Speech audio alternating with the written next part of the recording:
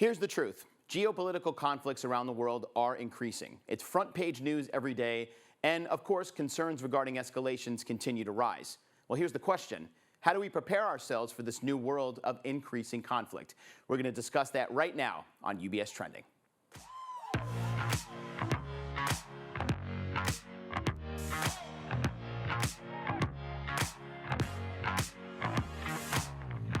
Hi, everybody, and welcome to UBS Trending. I'm Anthony Pastore. Thanks so much for being with us. My colleague, Alejo Charwanko from the Chief Investment Office is here to talk about what's going on in the emerging markets world, international markets. Obviously, we're all aware of the conflicts that are happening worldwide, and very sobering news that we're watching all the time. But the number and intensity, Alejo, of these conflicts, it just seem to be increasing. What do you think? Why do you think that that's happening? I mean, is there any kind of reasoning behind it that you've seen? I think you're right, Anthony, and we need to consider that we have transitioned from a unipolar world to a multipolar world. If you think about it, the US is no longer the only country that sets the nature of global geopolitics. You gotta share the stage with China, which is more important now economically and militarily. Europe, a big US ally, has its own set of priorities. And in addition, you need to bake into the equation some rogue states, such as Russia, Iran, North Korea, that feel they're able to craft their spheres of influence. Right. And so if you think about the main geopolitical hotspots today, number one, US-China. Number two, Israel, Hamas, Iran. Number three, Russia, Ukraine. This don't happen in a vacuum. They're all intimately related to the fact that we have this more even distribution of geopolitical power in the world. As investors, I think we gotta recognize that you gotta spend more time studying these conflicts and come to terms with the idea that you have to coexist with this unfortunate new reality. Yeah, and that's exactly what the plan was for us today, right? To kind of go through some of these just from a very factual perspective so that investors could be more made aware. So let's go back to what you were just saying, the US-China relationship. There's actually some maybe more positive things coming from that. I think there's been some diplomacy that's been happening between our president and their president, and they've been trying to meet and have conversations. So where are we now? How is it evolving, the US-China relationship as it stands today?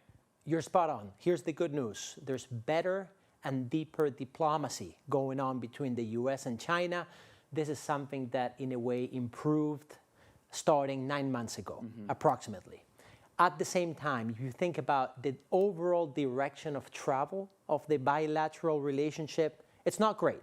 I think that we've got areas of tension. Think about trade, think about finance, think about geopolitics itself, the conflict in the South China Sea. We gotta expect that in the next 3 to 5 years, tensions between the US and China are gonna continue to intensify.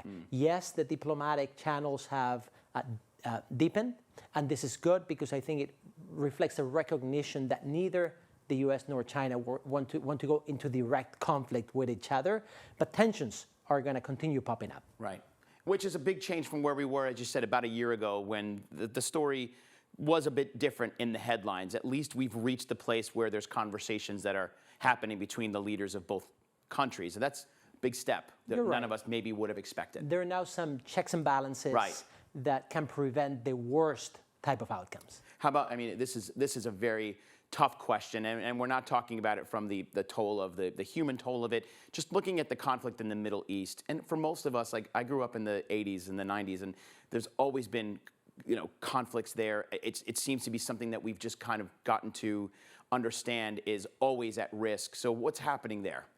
First thing to note, most people think about what's going on in the Middle East in terms of years or decades. Right. I believe that this has to do with thousands of years of history. So it's a very complex situation that has no easy solution or easy answers. In this context, we got to expect continued tensions in the region.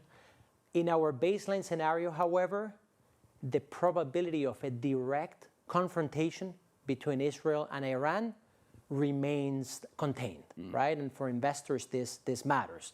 So in other words, continued tension, yet direct confrontation probably off the table for now. Russia-Ukraine, still an ongoing conflict. The war there rages on, and it speeds up and then it slows down, and the troops look exhausted most of the time when you see the news.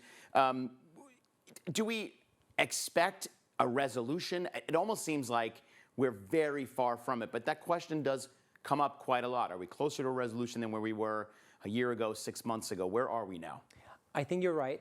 Expecting a quick, prompt, easy resolution of this conflict is unlikely. When you think about springtime, there's an expectation that the Russians or the Ukrainians can stage a successful offensive. There's no clear indication that either side is strong enough to pull it off, right? Looking ahead, a key factor in terms of determining who might be able to take the upper hand, is the amount of aid, support from both Europe and the US going directly into Ukraine. More broadly, Anthony, I think we're looking into at least several more quarters of tensions in that part of the world, if not a number of years. And as you said with the Middle East conflict, it's not just the last 2 years. This is a situation that can go back decades. Way back. Right, territorial, et cetera. And we all remember how this all began, 2 years ago. And so anyway, yes, good to know at least, well, not good to know, but good to understand at least what's ahead of us. That's Thanks, right. Alejo. And of course, we always think about the human beings that are involved in this every single day, and our thoughts always go out to them.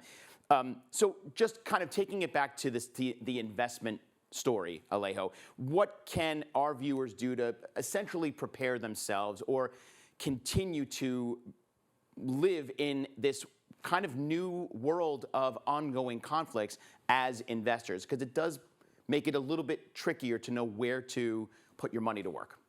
Absolutely. I think first line of defense when it comes to trying to protect portfolios from geopolitical volatility is diversification. We're talking about asset class diversification, geographic diversification. This is easy.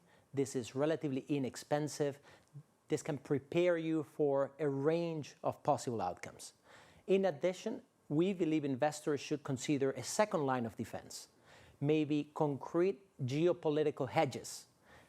Think about the function that maybe gold or oil can play in a portfolio when there's something unexpected happening in the world. We think this is something that is growing in value. So consider gold, consider oil, and consider more broadly geopolitical hedges to protect portfolios in a multipolar world. Right. And just as we wrap up here, you cover emerging markets, which of course that's a global market. We've got emerging markets in Central and South America, other parts of the world. So there are still other opportunities for investors who want to sort of be within EM. That's right. Let me highlight the role of geopolitical middle powers or swing states, right? These are countries that are not necessarily forced to pick sides and can operate with quite a bit of flexibility.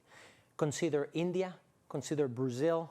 These are large countries, influential countries that in a way might even be able to benefit from a tense and uncertain world from a geopolitical perspective. Right. And economic superpowers in their own rights. That's correct. Especially India, which is continuing to grow. That's a fascinating story. I know you and I have talked about that before. We'll have to look at that again one of these days. But Alejo, thank you. I know this is not easy content to talk about, but when we kind of keep it to that level of, where should we be thinking about investing and, for our futures, et cetera, very helpful. Good to have you here. Thank you for having me. Thanks, Alejo. Good to see you. And for more information on this topic and many others, please visit our website at ubs.com/views. That is our insights page. Plus, you can take a look at all of the UBS content that's on social media, all the major platforms, including Instagram. Please follow us. Our address there is at UBS Trending. Lots of great video content there for you to view. And as always, if you have any questions about your portfolio and what we spoke about today, make sure you're talking with your financial advisor. Until next time, I'm Anthony Pastore. Have a great day, everybody. Remember to keep your eyes on what's trending. We'll see you soon.